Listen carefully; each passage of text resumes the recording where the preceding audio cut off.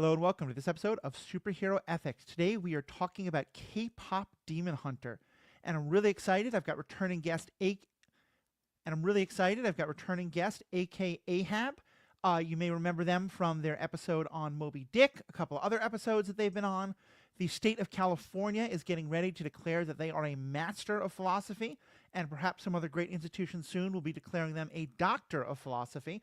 But for now, we're going to be talking about K-pop Demon Hunter from a philosophical background, from an ethical background, in terms of questions of shame and what we hide and what we show to the world.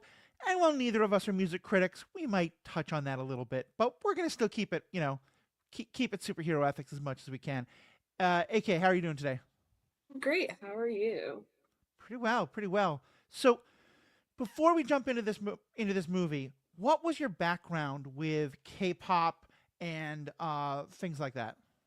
Yeah, so I was not super familiar with K-pop. I've heard K-pop songs and I like to try and branch out and listen to other genres, but I don't know that I'd ever gotten into it well enough to know specific bands or specific songs. Hmm. Um, but I'm generally pretty genre open, so I was kind of surprised and definitely interested by the music of K-pop Demon Hunters.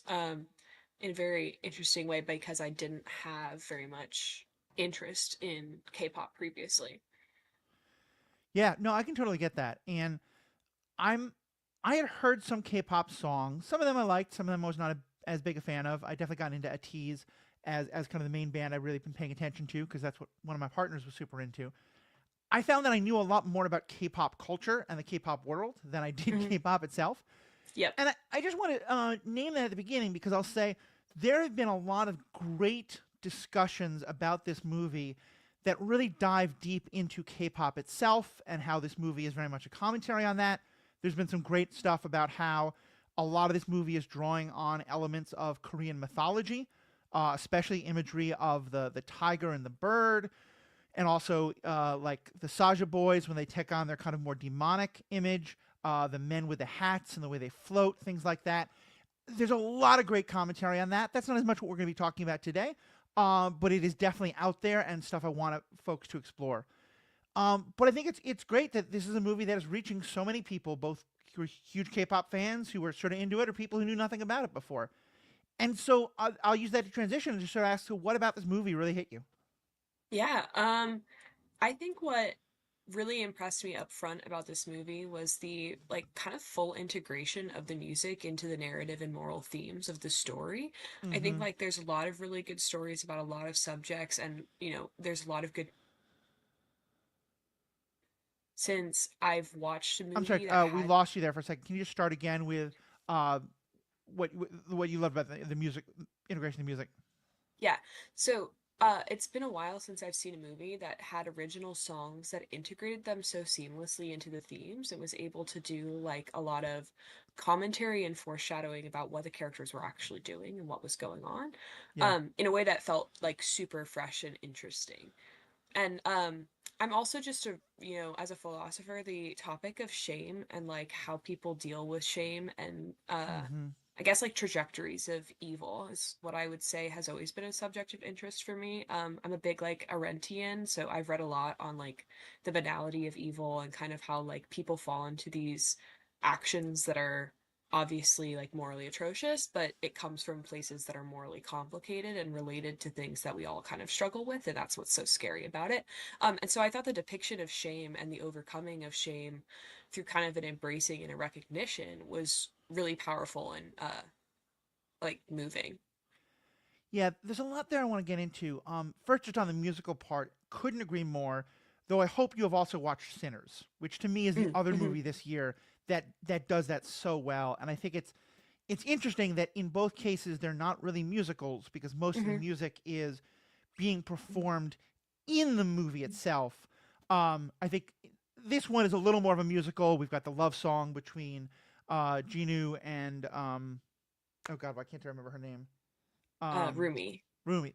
We've got Hmm. the love song before between Ginu and Rumi, but for the most part, it's also again like music being performed in it. And you're right. And to me, so much of that comes down to the song "Golden," Hmm. because And let's kind of start there because Golden is, I think it makes a lot of sense that it's the one that's gotten the most nominations so far. It's gotten nominated for not only Best Song in a Movie in the Grammys, but just Best Song of the Year, and I think it might well win.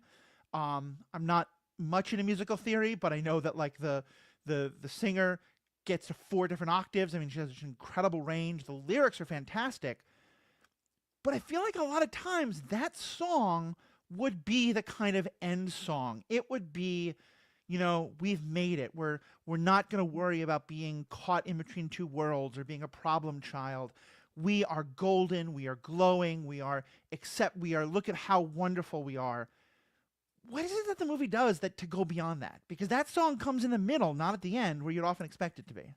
Yeah, one of the kind of most immediate things to me when I was watching the movie the first time that kind of put me off from some of the music was that it felt incredibly produced. Like it felt kind of auto-tuned and incredibly produced. And one of the most like revelatory moments at the end of the movie for me when listening to This Is What It Sounds Like was that sense of overproduction was gone and their voices were actually like cleaner and crisper and less auto-tune.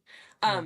And I think like part of the trajectory between Golden and This Is What It Sounds Like is that Golden is saying all the right things, but what's happening narratively with the characters is that the characters are still like really being pushed and driven by these motives that are not authentic, that are not genuine, that are coming from external places. Like they needed a break and Rumi launches Golden. And so it's saying all the right things. It's um there conceptually, but understanding something conceptually and living it out are two very different things. And I think that's what the movie does a really good job kind of walking us through is like even people who know all these things are still going to struggle with these things because Yeah. putting it into real life is a whole different ball of wax.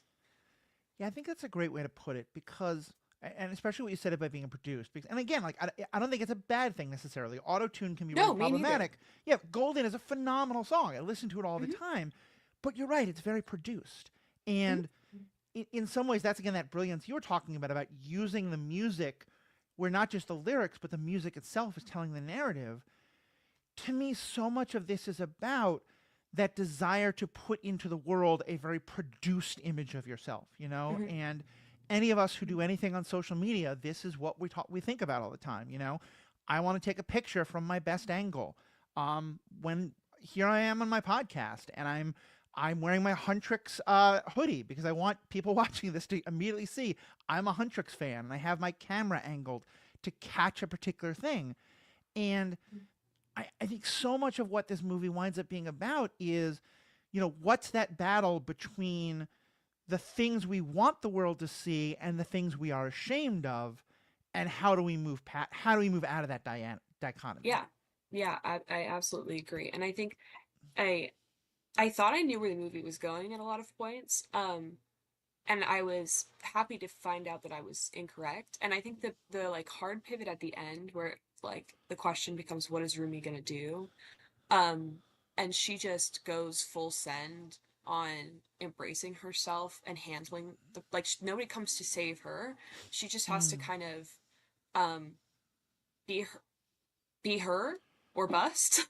yeah, And I think that that was like a really really concrete and definitive way to kind of say that because it's also nothing at the conclusion has to do with her relationship with anybody else. It all has to do with her relationship with herself to start the process of healing, right? Because right. then her relationships with other people are reunified and brought back together and that's what ultimately allows them to conquer. um but the initial moment is just about her relationship with herself. And so she didn't need anybody else. She was able to do it herself. One second, I'm just looking up something in the cast. No, you're so right, and we'll get into the story with her and Genu, but the fact that he has nothing to do with saving her, Hmm. that some of the things that he said are a part of her thought process, but in a lot of ways, if there's any relationship that really matters, it's the relationship with her basically her stepmother, her godmother, who's raised her, Celeste. Am I right? Hmm. I'm so about Yeah. Celeste, who, and let's use that as a way to get into the shame of it all, and so let me kind of back up and say, what do you think this movie is saying about shame? I think this movie is saying a number of things about Shane. I'm trying to think about the best. concise way to put this. I think uh what this movie is most loudly saying about shame is that shame is not something that can be overcome if it is not addressed. So Mm-hmm. there you can't have like shame reproduces itself by the nature of concealing itself because when you're ashamed you don't want to expose that shameful thing. So there's no possible way to get at it. And so people get stuck in a cycle. And like I think it's exposing that particular self generating aspect of shame. Mm-hmm. I'm going to immediately admit my own shame. It is Celine, not Celeste. I just was Oh, looking it up as you were talking. But but no, you're right. And I think that that's in a lot of these movies. There's often a here in superhero ethics, we talk a lot about villains. We talked a lot about like who is the villain, what is the villain of Moby Dick when you were on. We've talked about that with other things, and there's an extent to which with this movie, I was kind of thinking that it would be um like that yes, there's all this stuff about like what our heroes are doing, but then you've got the demons, and the demons are just purely bad. Talk about what it means, you think, that this realization that like the demons are people who are all kind of locked in their shame, and that that's their motivation, and that's what's being used to control them.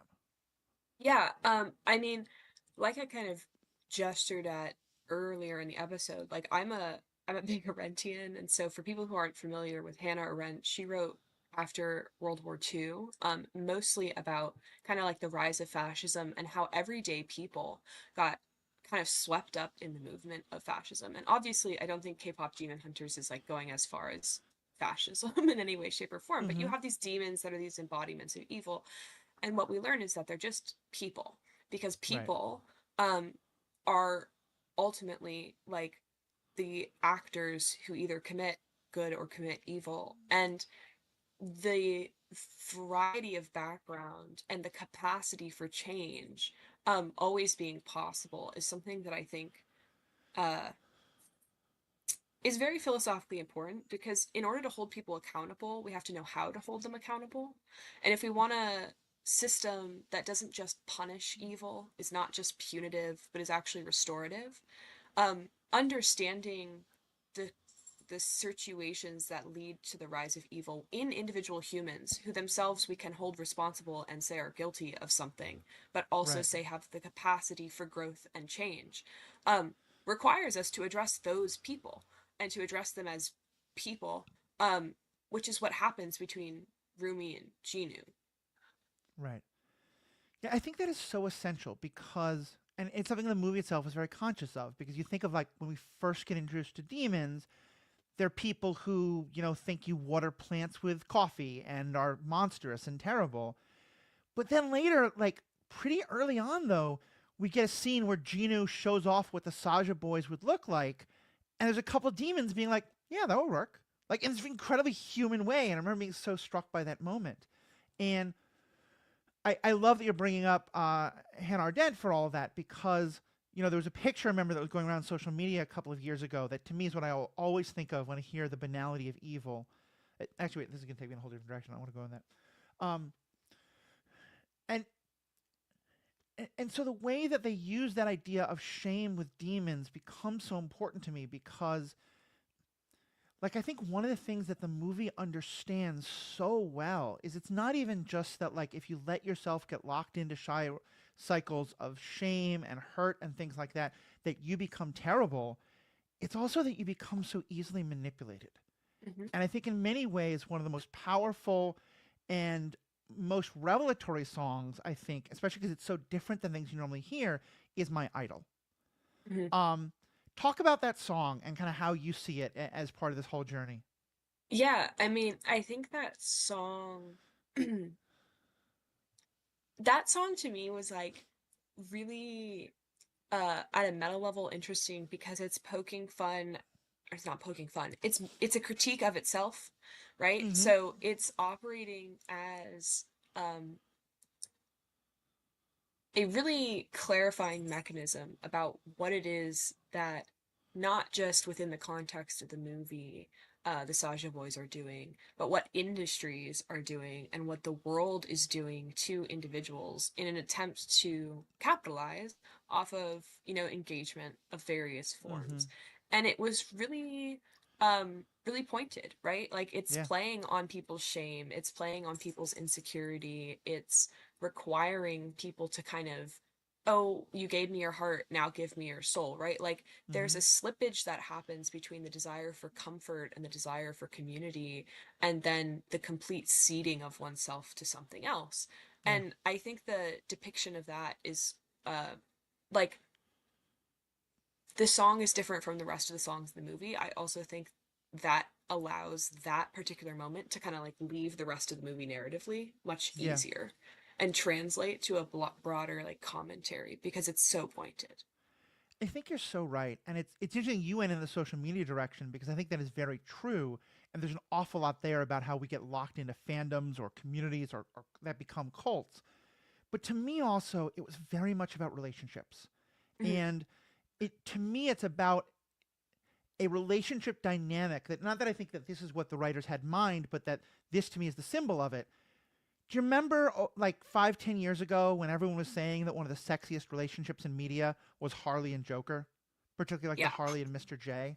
And it was so Yeah. much about like he loves her brokenness and her wrong, and like there is something incredibly sexy about that. There's something incredibly seductive about it.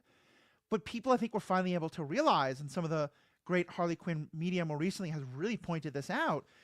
That's a very abusive kind of dynamic, where what you're sort of doing is it's kind of a praise by negging of, you know, you're so broken. I'm the one who loves you. I'm the only one who loves you. What's that first line? I'm the only one who loves your sin. Like to me, Hmm. that line is just everything of like, this is about keeping you in a shame cycle and Hmm. making you think that I'm going to love you out of it, but actually I'm Hmm. just keeping you in it. And it's the Right. incredibly manipulative, and not even that I think that it's always intentional. Like I think a lot of times people fall into those relationship dynamics without meaning it on either side because it's all around us in the media.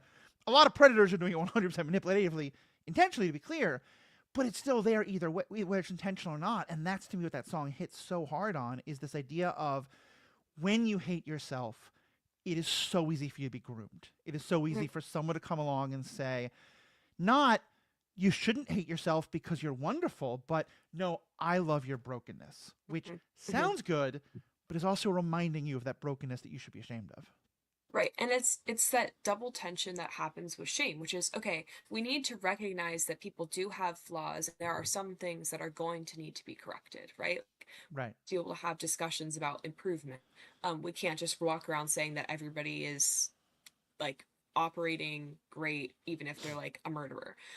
The question becomes, how do you talk about improvement and correction and moving out of a place of like depravity or brokenness if you want to, right? If that's something that you're genuinely recognizing is something that's causing you problems. But how do you talk about those things without recapitulating into this shame cycle that says if you don't move forward, if you like, I don't know, it's a very strange line with the morality of shame, right? Because Right.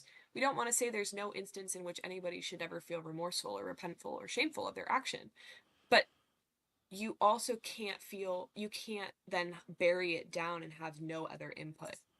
Right. Yeah, I mean I think and I kind of think that's what the point of this in that, cuz Golden is about not feeling shame. It's about feeling like you are wonderful, you are incredible, which is a good feeling and it's not that Hmm. people should never feel that, Right. but that because like I remember even God, I'm gonna sound like such a fuddy duddy as I say this, but like I have just had a child. My partner's had a child. We are parents together. I love this child. I'm looking at all of parenting, and I don't want to be the person who's like, oh well, now I look at those ungrateful kids by any means. But like even that line where I'm like, I used to be a problem child, but now it's how I'm getting paid. And I had just the tiniest sliver of sympathy for the parents in that moment. And like, Yeah. we don't know what it was. And it might be like Right. you're a problem child because you want to wear pants and read books instead Hmm. of Hmm. being a good, wife in training. Or it might be you're a problem child because you want to stay up till 4 a.m. every night. And that's great, but also like we need to sleep here. We don't know. Right. It was so interesting to me that I was like, and the fact is, so later, um, you know, uh, all three of them sing in that song. Oh God, I'm so bad with names. The song about reclaiming everything. Um, Uh, the last one, the yeah, this is what it sounds like, yeah, thank you. or what it sounds like. And so in that, what it sounds like, so much of it's about like letting the light hit the broken edge, the jagged edge and things like that. To me, in a lot of ways, what this is about is not fighting shame, but how do you understand shame, learn from it, and then move past it. Right. And I think the narrative of also forgiveness operating in the movie is a really big portion because it's the okay, actually we can move past this. Like shame can come out, be looked at, addressed, and then moved on from, right? And I think Right. the line in the song with Genu and Rumi is another one where it's like, let the past be the past till it's weightless. Like you can address something and then actually move past it instead of holding on to it forever. Right. And here's what I'll say. And again, this is not about movie critique. I think this is a fantastic movie. I don't think anyone would say it's a perfect movie. I do feel, I think a lot of people pointed out that the ending felt very rushed and that it would have been nice to have some more detail to what happens there. And the one thing that I kind of feel gets muddied somewhat, and so we'll separate them, is for me there's a big difference between, and I think the movie kind of indicates this, but I wish it had spelled out more. There's a big difference between I have done something bad and I feel ashamed of it, like what Genu feels, in terms of Hmm. what he did to his family, versus I have been made to feel shameful about a part of myself that Hmm. actually there's nothing bad about. And that's Yep. in terms of how Celine makes Rumi. thank you. So bad. I'm ashamed of my name thing, but I'm not going to edit that out. How Celine makes Rumi feel about being a demon. Hmm. How do you see the differences between, like, we use the word shame for those two things, but they feel fairly different to me. Yeah. I think the problem is like a historical run, right? So like part of the reason that the part of the reason that the marks on a person, right, are an indicator that like you ought to be wary is because for the rest or many demons, right, that is an Mm-hmm. indicator that they did commit some crime and are maybe like remorseful to some degree, but in a shame cycle about that remorse and like Right. fully handed themselves over to some sort of evil. The the one of the strong points that this movie makes, I think, is that not all things that are sometimes like there are individual people and you have to address individual people because what something looks like on the outside actually does not have moral implications. Yeah. Like you cannot make moral judgments based on people's physical appearances. You cannot make moral judgments based on kind of like rules because boxes are not that black and white. And so while Right. the mark shows up on Rumi, right, Celeste does not have the Celine. context. Oh, sorry, Celine does not have the context to think through, um, you know, a baby couldn't have committed a crime. Like Right. the mark doesn't mean anything in this context because in this context the meaning is not actually the warning is not actually being conveyed, right? Right. And so the only the only crime Rumi has is being born with a body that's physically different because of her father. And while her father might have some ethical, responsibility for something he did, Rumi certainly doesn't. But Right. you do bear the kind of history and lineage of your people, and that's something that uh historically has also been very difficult, right? Like there's a lot of conversations about how white guilt gets in the way of a lot of progression that could happen Yeah. in terms of like people being less racist and deconstructing structures of race and patriarchy and male guilt too, right? Like that's Mm-hmm. another thing that we talk about and how those structures of shame are preventing progress from happening because we are imposing socially, and maybe not we, but people are imposing socially often upon themselves, you ought to be ashamed for XYZ, and it's not a actual real productive or Right. fruitful regret. Well, in part because, and I think this is kind of part of what the movie is getting at, especially with kind of like what some of the Saja boys go through, and this idea of being stuck in shame. I think a lot of times, and here I'll just talk about my own experience, but also like having read, White Fragility and things like that talk a lot about this. Um, you know, the conversation will start as white people have done this and you benefit from it. Mhm. And most of the time, when that kind of critique is being made, especially when it's being made by people of color or white folks who have listened to that and are echoing it, the goal isn't shame. The Right. goal is, first of all, just recognize what do I have that someone else might not have. In the Right. same way that, like for me as a wheelchair user, I never want someone to feel guilty about the fact that they can walk up a flight of stairs that I can't. I just want them to think maybe don't invite me to a restaurant that can go up a flight of Right. stairs. Right. It's that it and but the thing is, if I feel shame, then the focus is on me. Hmm. It's a there's years ago I was talking to my therapist and I talked about how I had this. I was convinced this is when I was my depression was really bad and paranoia and things like that. And every time I had any kind of negative interaction with someone, I was convinced that they hated me. And my therapist pointed out, she kind of said something like, "You're the most self-centered, depressive person I've ever met," because I think that I'm so worthless that everybody in the world is focusing all of their attention on what do they think about me.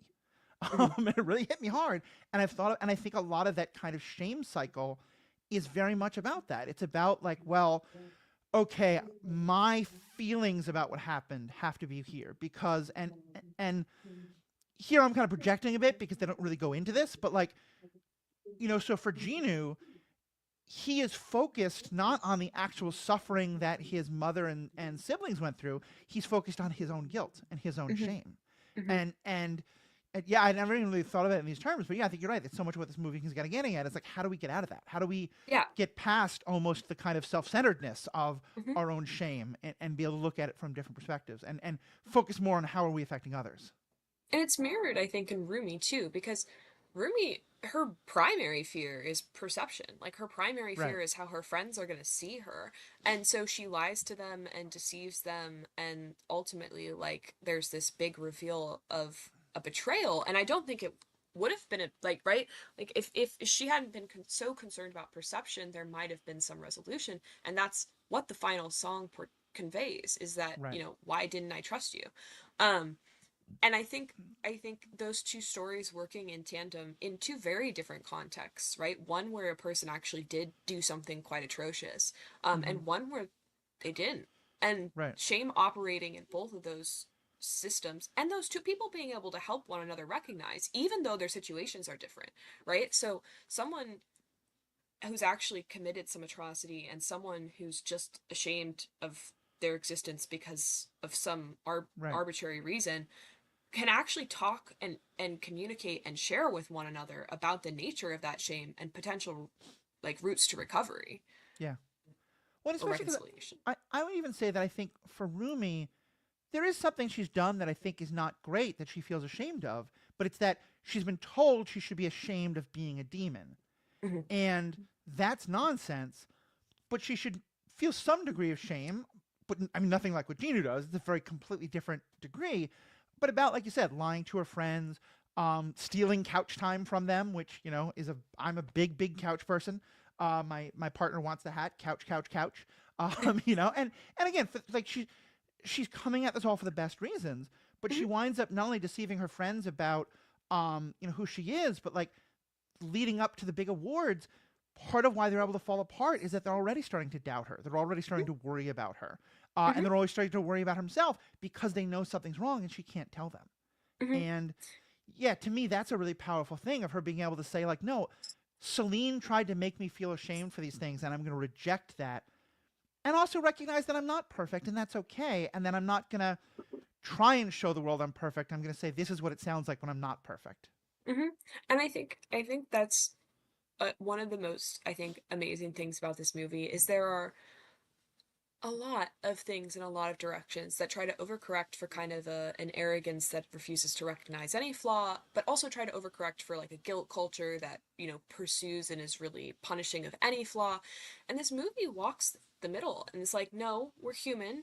There's a capacity for correction, growth, Mm-hmm. recognition of harms caused, and also there's hope and forgiveness and acceptance and love and care, and those two things coexist. They don't exist as like opposite sides of a coin to one another. Right. And here I think, as I said, I'm not the expert on this, but from my reading and listening to others, I know this is a thing, especially in K-pop, but also just in pop music in general. Like, one of the demographics I think that gets some of the most pressure to present yourself as perfect is female pop stars right now. And that Yeah. K-pop, like the academies and all that, are very much about that. But also, you look at like, um, I'm dating myself here somewhat, but for those who are old enough to remember, like when Britney Spears and Christina Aguilera first both became popular. And at first they were both like these like perfect, basically pictures of sexy innocence, and like it was a big deal made about how Britney was a virgin. And they both were kind of like girl next door, super sexy but not sexual. Um, and that's a whole other thing that's super problematic in all sorts of ways. And then a lot of like, it still is the case today. And then Christina started embracing her sexuality, and Dirty being kind of a debut song of that being really important, and kind of closed off a lot of things to her, but also opened up because she's awesome. And all that is just kind of to say that I think that choosing female pop stars as the location of this story about needing to present a perfect version of yourself, um, it is I think really powerful. Yeah, I think especially because so many young girls and women, and people generally hold themselves to the standard of pop stars and, media influencers and famous people. And I think Hmm. pointing out like, no, like these people are also victims of this system. Yeah, Like the structures that make all of us feel like shit sometimes for how we present in the world affect everybody, even the people we're holding ourselves as a standard to. yeah. Um, and I think that's really, you know, a positive element of this movie as well. It's just because of who they picked as subjects, it works really nicely. And the fans kind of being such a big part of the movie, I think also really like helps kind of bring like a unity to the narrative. Right. Yeah, I think there's something really beautiful about how it's a battle for the fans, but not just in terms of like we need them to spend money so that we do this thing. It's that we need to inspire this feeling in them. That it's really kind of the battle for hearts and minds Hmm. between them and Saja Boys and that kind of thing. Yeah. So talk about the relationship between um, sorry. Talk to us about the relationship between Rumi and Ginu then, because a lot of these movies, there's going to be a romance, and often it's going to be the kind of the boy from the wrong side of the tracks, the Romeo and Juliet story, and there's definitely an element of that, but obviously it doesn't go in the way that a lot of folks expect. What did you think of this? How that romance story played out? Yeah, I think the romance story was the part of the movie I was most hesitant slash concerned about going into it, right? Like I didn't Mm-hmm. know how it ended. And I was really refreshed that there wasn't even like a conclusion, there wasn't even a kiss. Like there's Yeah. very much a flirtation happening, but the relationship doesn't really develop into a romantic relationship of any sort. Um, which I think was a really good way to kind of like open the door to allow us to peek at possibility and also say, realistically, at this time frame for these characters, for this story, this would not be a good conclusion here. Yeah. And having the conclusion be that Chinu kind of, returns to the dead and offers his soul to Rumi to like give her strength in her coming struggle and fight is, I think, really poetic because Mm-hmm. he wasn't supposed to be in this time. He was supposed to be laid to rest forever ago. Like he now gets to die and allow someone to carry on his legacy in a positive way, which is like the re-healing of the harm he caused to other people is now he's empowering someone to avoid harm, right? Like he's Yeah. assisting in someone's struggle against evil.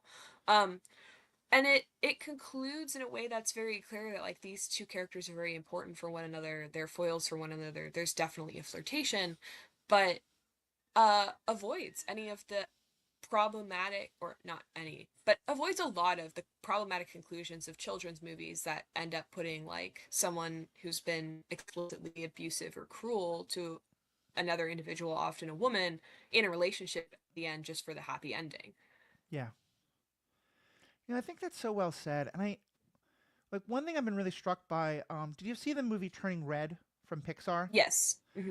I loved that movie, and I loved a lot of the discourse about it, especially the way they talked about like the importance of letting like movies about middle schoolers be cringe, and how Yeah. boy crazy they were, and that was Hmm. okay.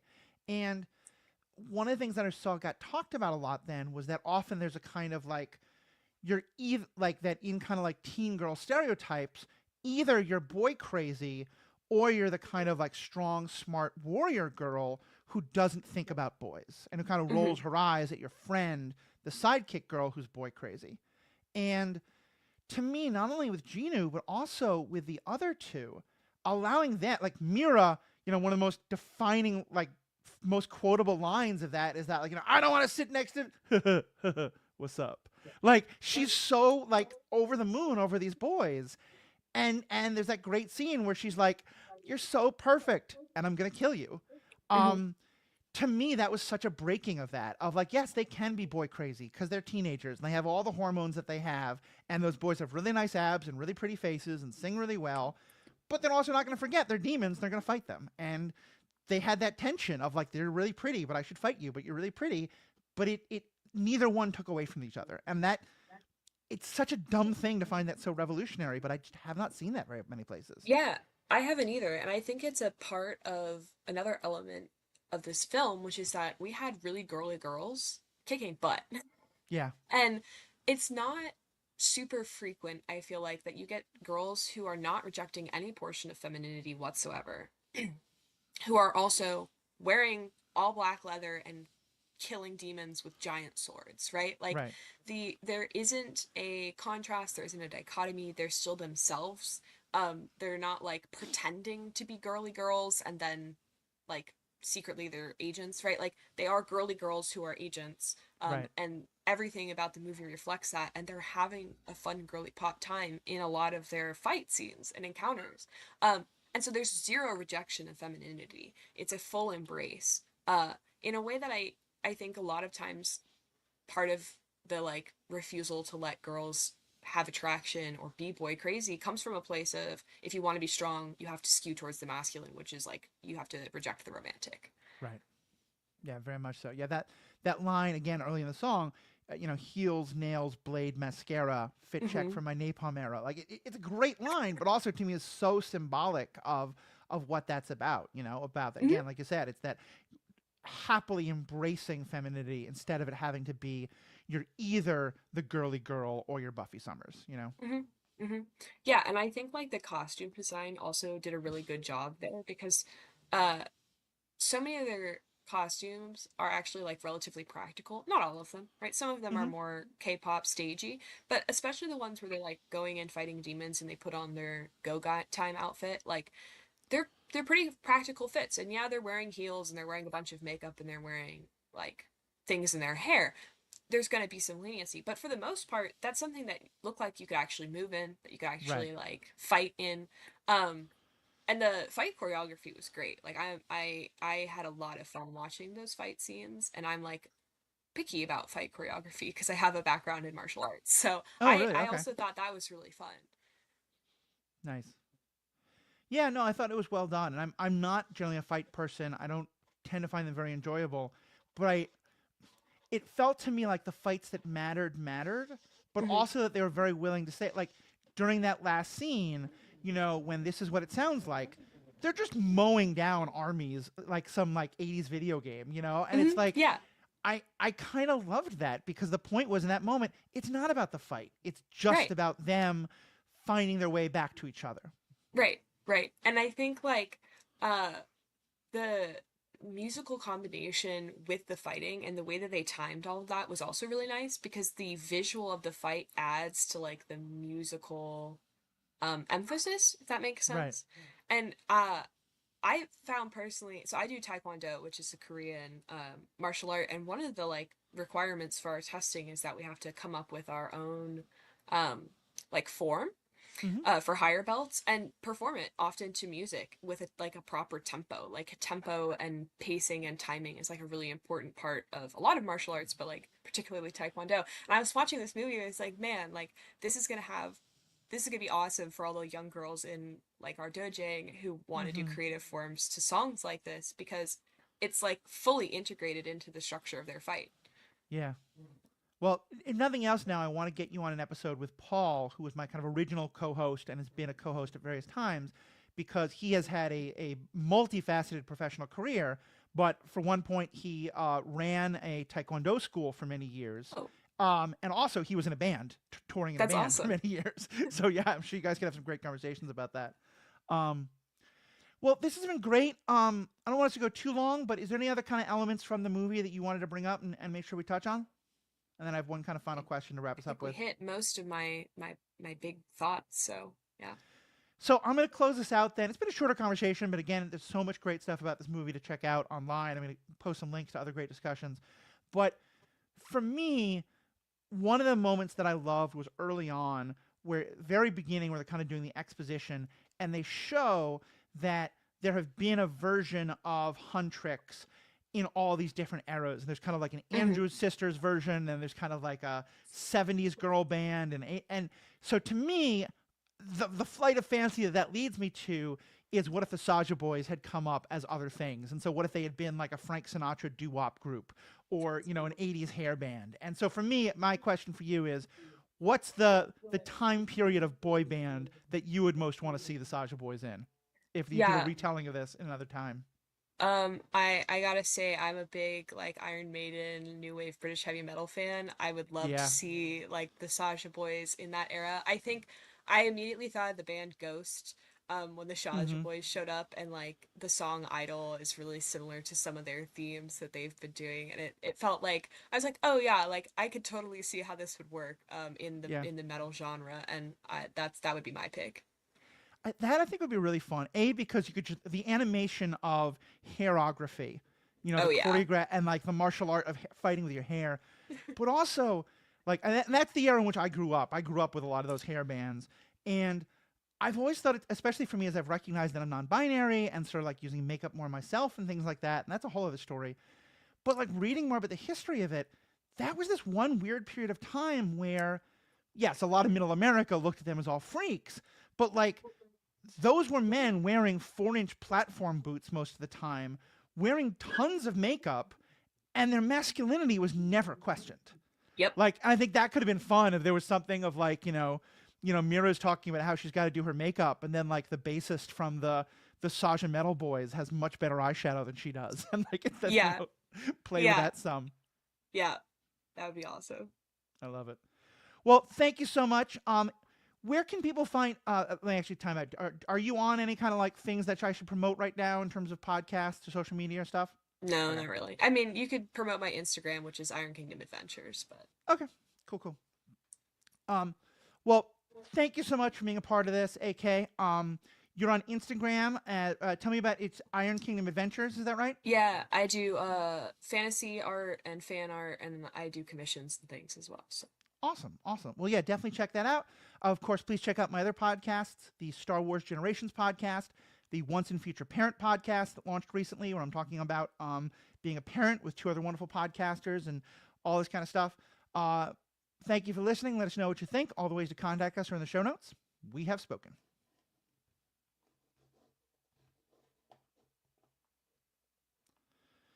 And we're out. cool. All right. Thank you so much. This will automatically